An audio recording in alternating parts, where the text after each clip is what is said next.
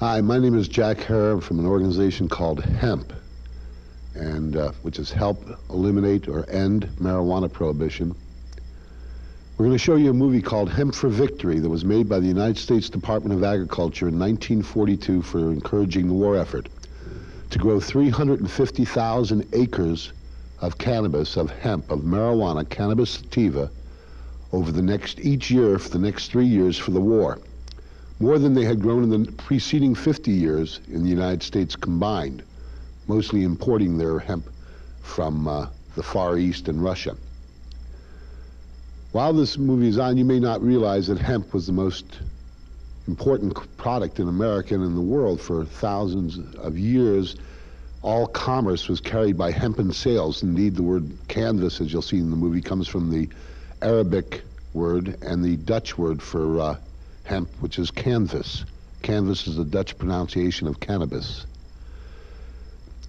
The movie you're about to see, for the last 20 years, the United States government says that no such movie was ever made by any department of the United States government. That we know that from at least 1981 on, that reporters for magazines, newspapers have been told, and you'll see actual letters denying that this movie was ever made by any department of the United States Department of Agriculture or by any department of the government.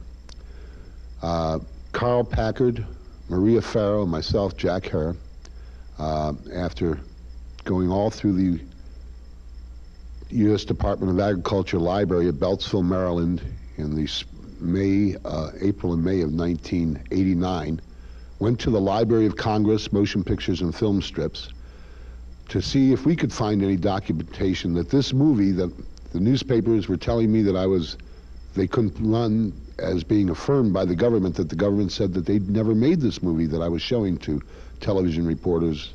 And there were other people, activists all over the country, who were showing this movie and were being told that this movie was never made by the United States government. Carl, Marie, and I went into the Library of Congress through the motion pictures and film strips, and we did a search with their librarians, as we had done at the Department of Agriculture library in Beltsville. And we found no trace of this movie in their electronic searches, in their catalogs, or in any of their card files. And we were convinced that even though we believed the movie was totally genuine, that there was no record and that these people weren't deliberately lying, they just didn't have, somehow, somewhere it had been omitted. Finally, as we were about to leave the building, after leaving the room where the film strips and motion pictures were housed, we thought, well, let's go back and give it another try. And we asked the Mrs. Catherine Longby, I believe her name is, the librarian, to assist us again. We said, what if we had come here 30 or 40? We didn't really know what we were going to say when we got back into that room. We said, what if we had come here 30 or 40 years ago, and in the 1940s or 50s, and asked for the movie Hemp for Victory? You wouldn't have gone to the electronic searches or the current catalogs or any of the other things that you've used today, the card catalogs to find. Where would those catalogs be? Do you throw them away? And she says, no, they're over by the copier. We keep all the old catalogs, and you can go over there and look. But if they would have been here, they would have showed up on the, if it would have been in any of those books, it would have shown up already today in our searches. Now I'd like to show you a typical letter that was sent out denying that this movie was made by the United States Department of Agriculture or any other division of the United States government. Listen to it. To Mr. Jim Evans. Dear Mr. Evans, this is from the United States Department of Agriculture, the Oregon State Office, from John Val Kalkar, the information officer. Dear Mr. Evans, we contacted the Washington, D.C. office of the Department of Agriculture and also the Federal Audio Center and have been unable to locate any film with the title Hemp for Victory that was produced by any department of the federal government. Now you're reading the certification by the Photo Duplication Service from the Chief of Photo Duplication Service of the Library of Congress. And it said that there is now in the collections of the Library of Congress a publication entitled The National Union Catalog, Volume 28, Motion Pictures and Film Strips, 1953 through 1957. I further certify that the attached photocopies are true copies of title page and page 367. And in testimony whereof I hereunto subscribe my name and cause my seal of the Library of Congress to be affixed, which you can see, ladies and gentlemen. Next, you see the front page, the National Union Catalog, the title page, 1953 to 57, volume 28, where we discovered Hemp for Victory, motion picture, U.S. Department of Agriculture, 1942. 14 minutes, black and white, 16 millimeter. And then summary explains that the war cut off the supply of East Indian coarse fibers and stresses the need for American-grown hemp for military and civilian uses. Portrays farm practices of hemp growers in Kentucky and Wisconsin. And this went out to, supposedly, into the archives under Hemp, U.S., also to the U.S. Department of Agriculture. They give you their number there, U.S. Office of Education, and Visual Education Service, all of which this disappeared from. Next, we have the certification from the same Chief of Photo Duplication Service of the Library of Congress that there's now in the collections of the Library of Congress a publication entitled Educational Film Guide, Annual Edition, 1945. I further certified that the attached photocopies are true copies of the title page, the reverse title page, and page 331. In testimony whereof I hereunto subscribe my name and cause the seal of the Library of Congress to be affixed this 12th of July, 1989. And now, as you can see, on page 331, under 677.7, hemp, twine and knots, is Hemp for Victory, 14-minute, 16 millimeter. And it says here, a USDA production shows how the war cut off our supply of East Indian coarse fibers and the urgent need for American-grown hemp for our Army and Navy as well as civilian use. Portrays farm practices of hemp growers in Kentucky and Wisconsin. The proof now is that this movie does really exist. Now, the government for years have been telling all of our media that this movie didn't exist, and all of our activists were being impugned on their integrity. We think, let the movie speak for itself. Please watch all 14 minutes of this film, because every bit of it is memorable. Right up to when you see the parachute webbing that George Bush jumped out of over the Pacific with was made out of marijuana that saved the poor boy's life.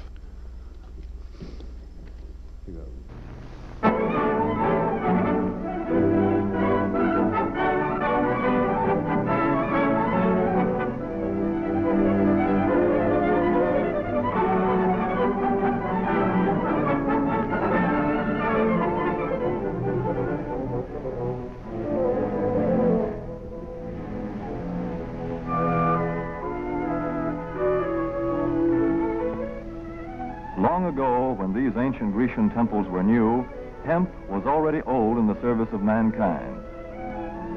For thousands of years even then, this plant had been grown for cordage and coarse cloth in China and elsewhere in the East. For centuries prior to about 1850, all the ships that sailed the western seas were rigged with hempen rope and sails. For the sailor, no less than the hangman, hemp was indispensable.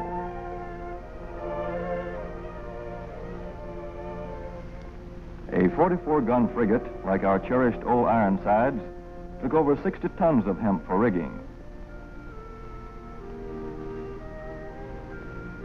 Including an anchor cable 25 inches in circumference.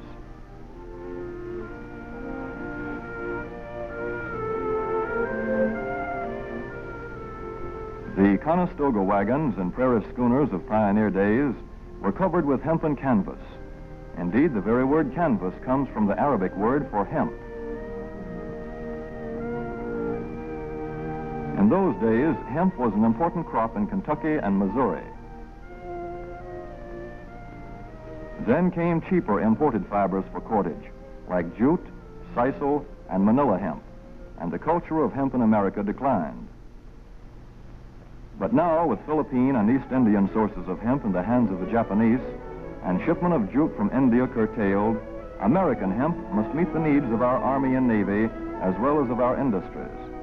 In 1942, patriotic farmers at the government's request planted 36,000 acres of seed hemp, an increase of several thousand %. The goal for 1943 is 50,000 acres of seed hemp. In Kentucky, much of the seed hemp acreage is on river bottom land such as this, along the Kentucky River Gorge. Some of these fields are inaccessible except by boat. Thus, plans are afoot for a great expansion of the hemp industry as a part of the war program. This film is designed to tell farmers how to handle this ancient crop, now little known outside Kentucky and Wisconsin. This is hemp seed. Be careful how you use it. For to grow hemp legally, you must have a federal registration and tax stamp. This is provided for in your contract. Ask your AAA committeeman or your county agent about it. Don't forget, hemp demands a rich, well-drained soil such as is found here in the bluegrass region of Kentucky or in central Wisconsin.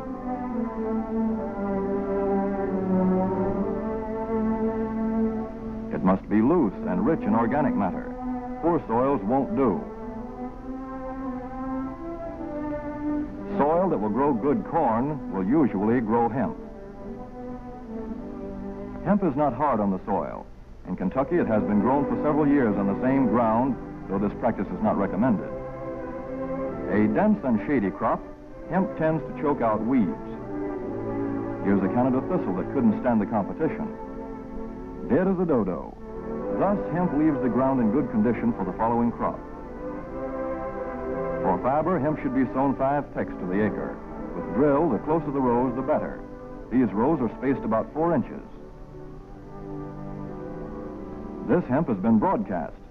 Either way, it should be sown thick enough to grow a slender stalk. Here's an ideal stand. The right height to be harvested easily, thick enough to grow slender stalks that are easy to cut and process.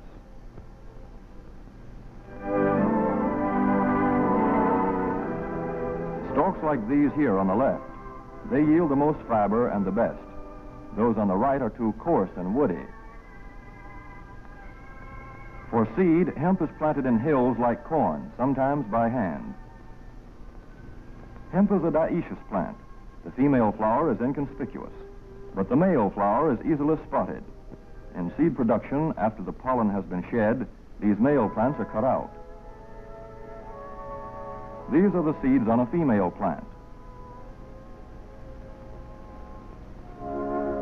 Hemp for fiber is ready to harvest when the pollen is shedding and the leaves are falling. In Kentucky, hemp harvest comes in August. Here, the old standby has been the self-rake reaper, which has been used for a generation or more. Hemp grows so luxuriantly in Kentucky that harvesting is sometimes difficult, which may account for the popularity of the self-rake with its lateral stroke.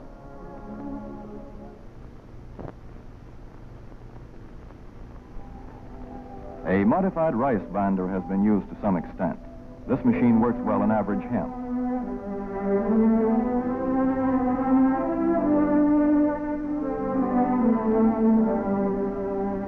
Recently, the improved hemp harvester, used for many years in Wisconsin, has been introduced in Kentucky.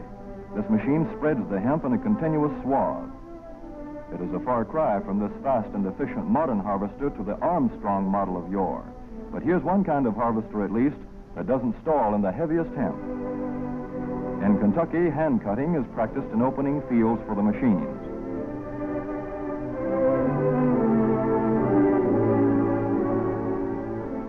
In Kentucky, hemp is shucked as soon as safe after cutting, to be spread out for retting later in the fall.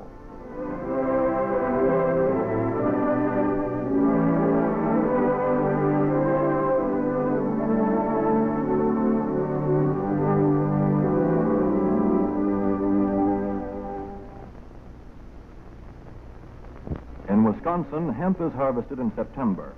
Here, the hemp harvester with automatic spreader is standard equipment. Note how smoothly the rotating apron lays the swaths preparatory to retting. Here it is a common and essential practice to leave headlands around hemp fields. These strips may be planted to other crops, preferably small grain.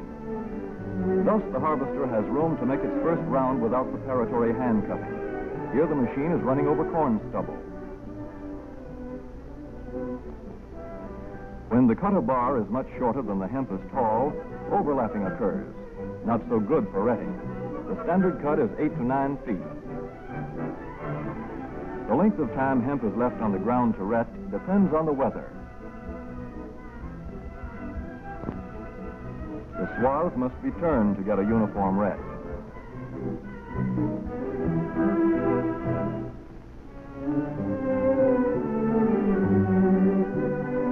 When the woody core breaks away readily, like this, the hemp is about ready to take up and bind into bundles.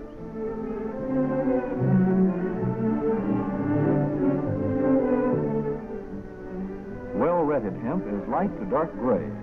The fiber tends to pull away from the stalk. The presence of stalks in the bowstring stage indicates that retting is well underway.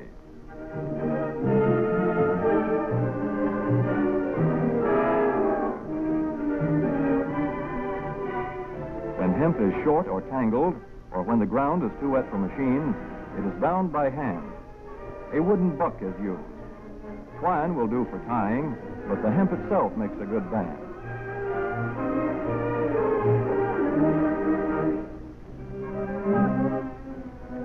When conditions are favorable, the pickup binder is commonly used. The swath should lie smooth and even with stalks parallel. The picker won't work well in tangled hemp.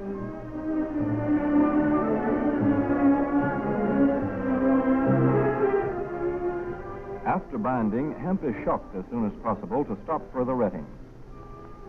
In 1942, 14,000 acres of fiber hemp were harvested in the United States. The goal for 1943 is 300,000 acres. Thus, hemp, Cannabis sativa, the old standby cordage fiber, is staging a strong comeback. This is Kentucky hemp going into the dryer of a mill at Versailles.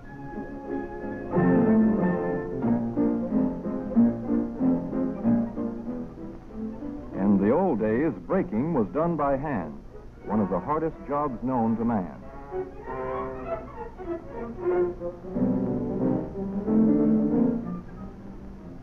Now the power breaker makes quick work of it.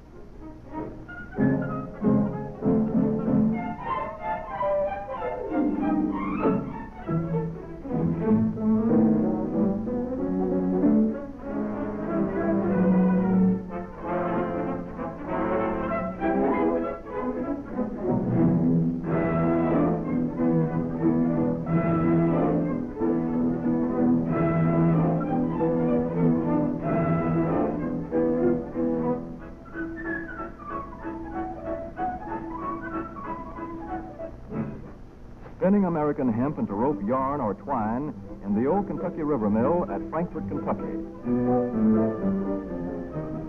Another pioneer plant that has been making cordage for more than a century.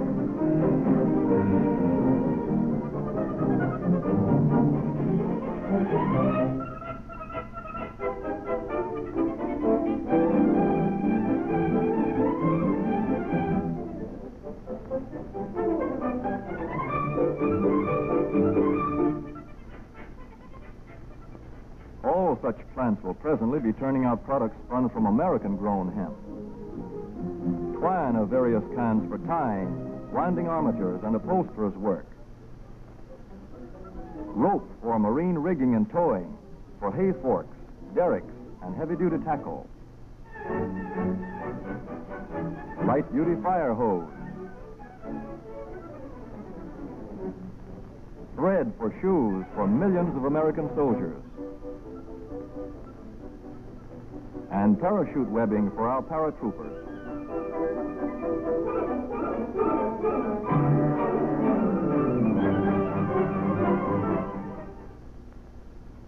As for the United States Navy, every battleship requires 34,000 feet of rope, and other crafts accordingly. So here in the Boston Navy Yard, where cables for frigates were made long ago, crews are now working night and day making cordage for the fleet. In the old days, rope yarn was spun by hand.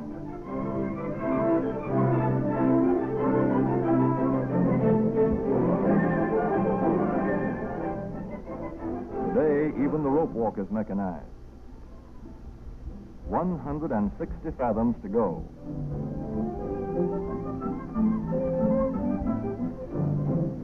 The rope yarn feeds through holes in an iron plate.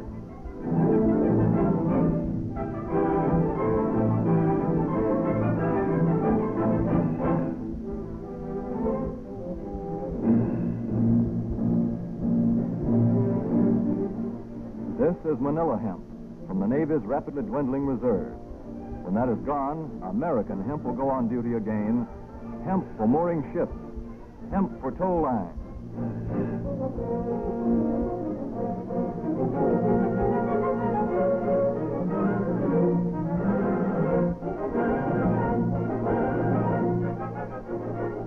Hemp for tackle and gear. Hemp for countless naval uses, both on ship and shore. Just as in the days when old Ironside sailed the seas victorious, with her hempen shrouds and hempen sails.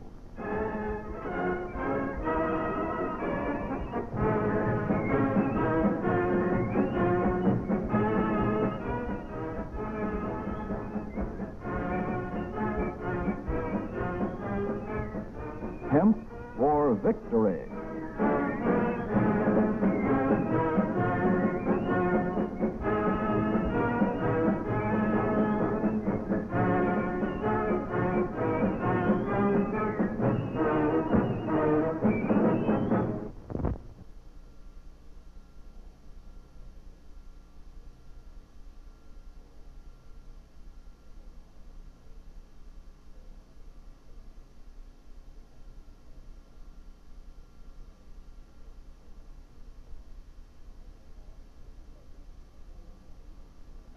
I've received a letter of vital importance from a member of the Narcotics Bureau. I'm going to read this letter to you. My dear Dr. Carroll, the suppression of the use of marijuana and of the forces lurking behind it are the most important jobs this department is now engaged in. At the outset of this letter, there is one vital fact I would like to submit. There is a powerful agency. I speak of the school parent associations of this country, which can be invaluable in stamping out this scourge. Their help, their eternal vigilance, could be the deciding factor in our fight against it. The weed marijuana is grown in every state in the Union. Recently, in the city of Brooklyn, New York, a field of marijuana was found behind a tenement court. The weed was here being cultivated, regularly stripped and dried and sold in schools and at government army posts in and around New York. The dried leaves and berries are ground up and made into cigarettes by a simple hand machine. The deadly narcotic is thus quickly and easily prepared for its market. The sale of marijuana is even more difficult to detect and halt than the traffic in drugs such as opium, morphine, and heroin.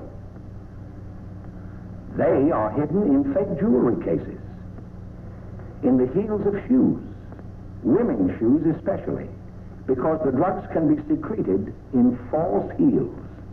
Hollowed shaving brushes are another medium. Books with false centers are often used. Watch cases are convenient hiding places.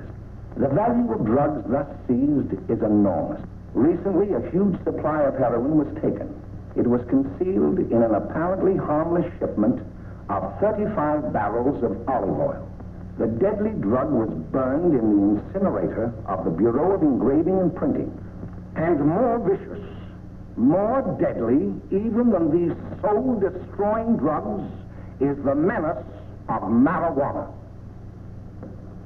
No doubt many of you do not believe that these things do happen, but they cannot happen to you. You may also believe that the facts have been exaggerated. Let me tell you what... The Library of Congress themselves has accepted these movies, or has recommended acceptance, as you can see in the letter, from the Assistant Chief of the MBRS Division, Gift of Video Cassettes. His name is Paul C. Spear, S-P-E-H-R. And he says 2 half-inch video cassettes were brought to the MBERS Division on Friday, May 19th, 1989. Their bearer, Jack Harrer, Hemp PAC, California Marijuana Initiative, Van Nuys, California, of the Help Eliminate Marijuana Prohibition, Hemp PAC Political Action Committee, wishes to donate the tapes to the library's collections. He spoke with Mrs. Catherine Longney.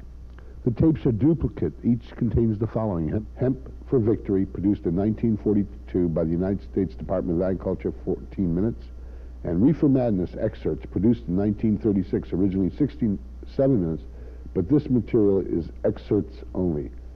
I recommend that we accept them. And that's from Paul C. Spear, Assistant Chief of that gift division of the motion pictures and film strips.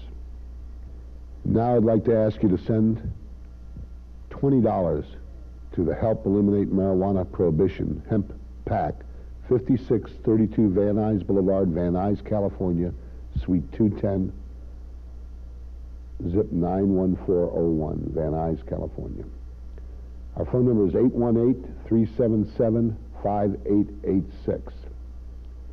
And we'd like you to know that we'll send you a copy of Hemp for Victory with all the documentation you just saw, as well as a copy of the book, The Emperor Wears No Clothes. And please use this information.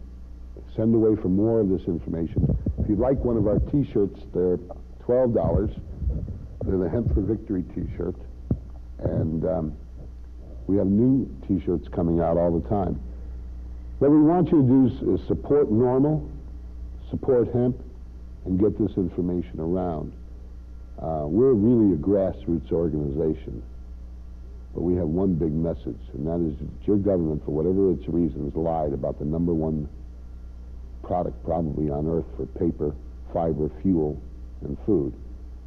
Whether it did it at a conscious level or unconscious level, they've been sending people hundreds and hundreds of thousands to prison and taking away their properties, their children, their cars, for marijuana, that in any sane society they would reward people for using in comparison to alcohol and tobacco.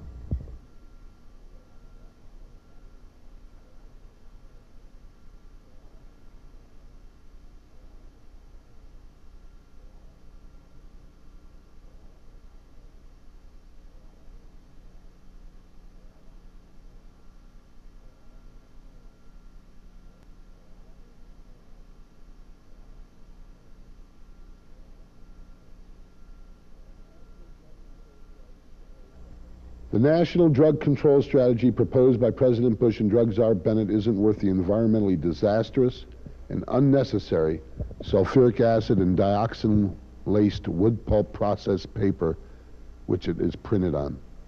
Specifically, the continued prohibition of hemp marijuana cultivation prevents our society from utilizing nature's premier renewable resource for the majority of Earth's paper, fiber, fuel, food, paint, and medicine. Ironically, at the time of George Washington, he and all American farmers were required to grow and could even pay their taxes with hemp. Why? Because hemp was used for the majority of colonial Americas in the world's paper, clothing, towels, diapers, lace, sails, canvas, Dutch pronunciation of cannabis, rope, paint, varnish, lighting oil, and more. In fact, as recently as World War II, with Philippine and Asian hemp cut off by the Japanese, the U.S. Department of Agriculture in 1942 produced a 14-minute black and white film, Hemp for Victory, encouraging and instructing patriotic American farmers to grow 350,000 acres of hemp per year by 1943 to be used for civilian and military shoes, rope, fire hoses. Even the parachute webbing that George Bush held onto when he bailed out over the Pacific was made from cannabis hemp. Hemp uses the sun more efficiently than virtually any other plant on our planet. In fact, on a planet-wide, climate-wide, and soil-wide basis, hemp, grown annually, would produce approximately 40 times the biomass, that is living organic matter, of the next best annual rival biomass crops that can be grown on Earth, such as corn, knuff, and sugarcane. Today, we have the ability and the mechanized technology to use hemp biomass and other biomasses for energy farming and produce all of the clean, renewable fuel we would need for all of our cars, homes, and industry with a net reduction of carbon dioxide. Theoretical computer models have shown that reversing the greenhouse effect will only be possible, if possible at all, if hemp and other biomass waste are used again as they were until 130 years ago for making the overall majority of Earth's paper, fiber, fuels, paints, varnish, and now everything from plastics to dynamite. As for marijuana, the blossom of the hemp plant, U.S. government clinical studies as well as studies of the Jamaican, Costa Rican, and Greek marijuana-using populations indicate statistically that you will live more than a year longer if you smoke marijuana every day than if you use no drugs at all, and 8 to 24 years longer than regular tobacco and alcohol users. In 1987, U.S. government statistics reported 395,000 Americans died from tobacco. 87% of all lung cancer cases were caused by tobacco use. Also, the National Institute of Drug Abuse, that's NIDA, reports 125,000 Americans died in 1987 from alcohol use. That same agency and the Surgeon General's mortality statistics report zero, Z-E-R-O, deaths ever due to marijuana. And as of October 1988, no case of lung cancer has ever been attributed solely to marijuana use. Therefore, we at Hemp are seeking a marijuana hemp armistice. That is an immediate nationwide moratorium on the personal, medical, and industrial suppression of hemp, and for the President and Congress to immediately appoint a hemp advisory commission to oversee and expedite reintroduction of hemp to American agriculture, business, and medicine. Our justifications for this moratorium commission are that with few exceptions, none of the American public, especially our politicians, who should have known when they made these laws, the judges who should have known when they enforced them, and the police, and even the teachers who should have taught them and all the rest of us in the first place, knew virtually any of the preceding history, facts, information, or the vast potential of hemp as Earth's premier natural renewable resource, biomass, and life extender. If I have to go to jail for fighting for that, or give of any other part, or you should be proud to. I mean, such a sweet thing as marijuana to go to jail for, put there by people that don't even know this information, haven't the foggiest idea, and yet chemicals, petrochemicals, fossil fuels are totally legal, and hemp, one of the greatest things that if not the greatest natural growing thing on earth, is illegal. Every damn politician out there should be ashamed of themselves forever if they continue this now that they know this, and don't check it out. If they've heard it and they don't believe it, check it out. But if it's true, you better change your ways, because if a world would accept you, I wouldn't want to live in that world. And if the world doesn't accept you, you should be proud of a world that would teach you how to behave like adults. Like you want kids to behave, like to be responsible, to control their uses, we expect you to control the abuses of the power of legislating stupidity, ignorance, and the end of my planet. That's all.